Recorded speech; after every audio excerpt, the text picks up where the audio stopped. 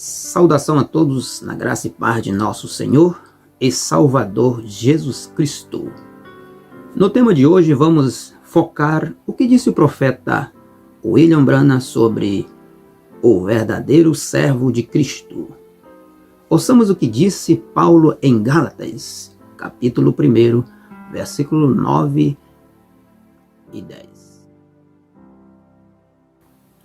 Assim como já vos dissemos, agora de novo também vos digo: se alguém vos anunciar outro evangelho, além do que já recebestes, seja anátema. Por que persuado eu agora a homens ou a Deus? Ou procuro agradar a homens? Se estivesse ainda agradando aos homens, não seria servo de Cristo. Agora, vejamos o que disse o profeta desta era. Na mensagem às 7 eras da igreja, a era da igreja de Pérgamo. Disse o profeta sobre o mensageiro Martim. Martim converteu-se a Cristo quando seguia carreira como soldado profissional. Foi quando ele estava enganjado nesta ocupação que ocorreu um milagre maravilhoso. Conta-se que um mendigo caiu moribundo à margem da estrada da cidade para onde Martim tinha sido designado.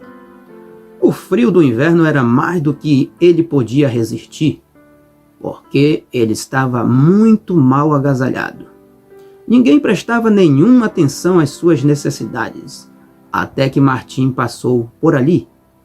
Vendo o estado deste pobre homem, não tendo, porém, uma túnica extra, ele, tomando sua capa, cortou-a em duas com sua espada e enrolou uma parte no homem, engelado, e ele o socorreu da melhor maneira que pôde e seguiu seu caminho.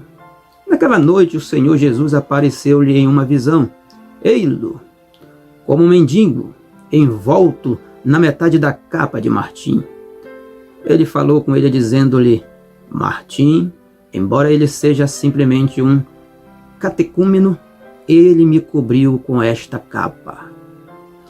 Mateus capítulo 25, versículo 40 diz: em verdade vos digo que quando fizerte a um destes meus pequenininhos irmãos, a mim o fizertes.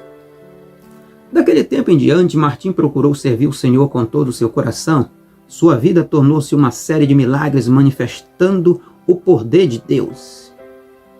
Depois de haver deixado o exército e tendo se tornado um líder na igreja, ele assumiu uma posição militante contra a idolatria. Ele derrubou os bosques, quebrou as imagens e demoliu os altares. Quando enfrentado pelos pagãos por suas obras, ele os desafiava quase da mesma maneira que Elias fazia com os profetas de Baal. Ele se ofereceu para ser amarrado em uma árvore no lado de baixo desta, de modo que quando ela fosse cortada, ela o esmagaria, a menos que Deus interviesse e rodasse a árvore enquanto ela estivesse caindo. Os astutos ímpios amarraram-no em uma árvore que estava crescendo ao lado de uma montanha. Seguros de que a atração natural da gravidade faria com que a árvore caísse de modo a esmagá-lo, no instante em que a árvore começou a cair, Deus tombou-a no sentido de morro acima, contrário a todas as leis. Os ímpios, procurando fugir, foram esmagados pela árvore que caiu sobre vários deles. Os historiadores admitem que, pelo menos em 3 ocasiões, ele ressuscitou os mortos pela fé no nome de Jesus. Certa vez ele orou por um menino morto, como Elias, e ele estendeu-se sobre o menino e orou. Este voltou a viver e a ter saúde. Tal era o seu ardor em servir o Senhor, que o diabo levantou-se furiosamente. Os inimigos da verdade contrataram assassinos para tirar a vida de Martim. Eles se aproximaram furtivamente de sua casa, e quando estavam prestes a matá-lo, ele ficou em pé e expôs sua garganta para que a ferisse com a espada. Quando eles avançaram para ele, o poder de Deus repentinamente atirou-os para trás, através da sala. Tão dominados ficaram naquela santa e terrível atmosfera que eles engatinharam sobre suas mãos e joelhos e começaram a pedir-lhe perdão por terem atentado contra a sua vida. Com demasiada frequência, quando os homens são usados pelo Senhor de uma maneira especial, eles se tornam inchados de orgulho. Porém, tal não se deu com Martim. Ele continuou sempre humilde servo de Deus. Certa noite, quando estava preparando-se para subir ao púlpito, um mendigo chegou em seu escritório e pediu alguma roupa. Martim encaminhou o mendigo ao seu diácono-chefe. O orgulhoso diácono ordenou que saísse. Logo após ele, voltou a se avistar com Martim.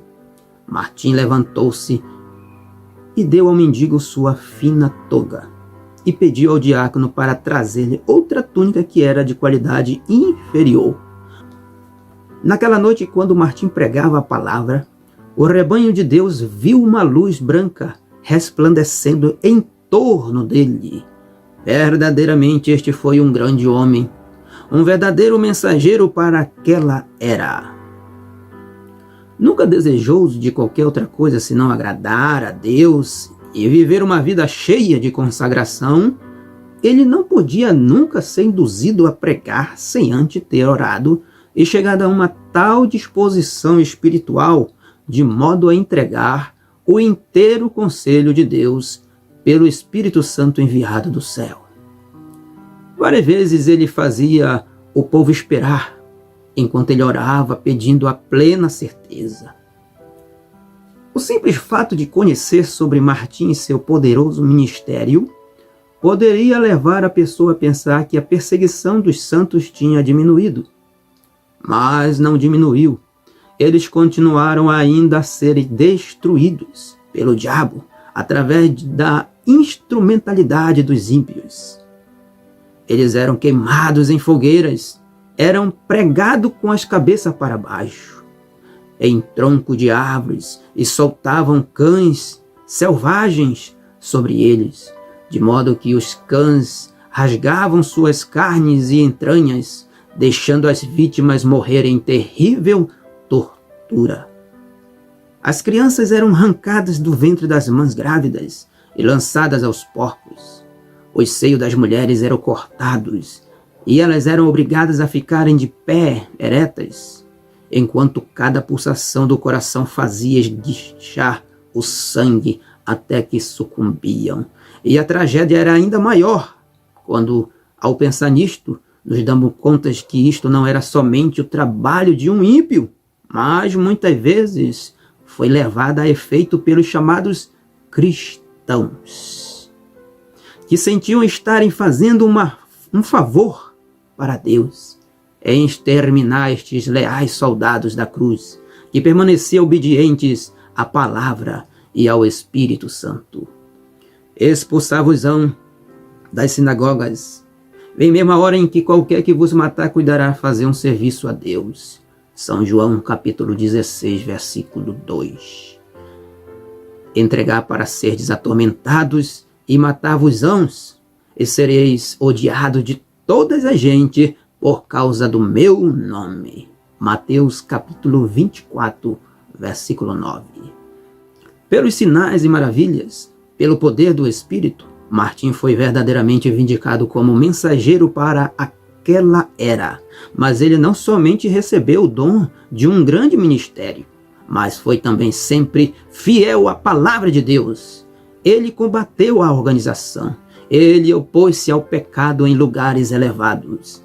Ele combateu pela verdade com a palavra e com as obras e viveu uma vida de vitória cristãs. Muitos o odiavam pelas virtudes que eles próprios não possuíam e não podiam imitar. E aí, seus mais cruéis atacantes eram os bispos. Vimos então que o verdadeiro servo de Cristo Sua vida e seu ministério consiste em estar focado em agradar a Deus e não aos homens. Paulo disse em Efésios capítulo 6, versículos 5 e 6: Vós, servos, obedecei a vossos senhores segundo a carne, com temor e tremor, na sinceridade de vosso coração, como a Cristo, não servindo à vista, como para agradar aos homens, mas como servo de Cristo, fazendo de coração a vontade de Deus. 1 Tessalonicenses capítulo 4, versículo 1, diz: Finalmente, irmãos, vos rogamos e exortamos no Senhor Jesus, que assim como recebeste de nós, de que maneira convém andar e agradar a Deus, assim andai, para que possais progredir cada vez mais. Que Deus vos abençoe. Amém.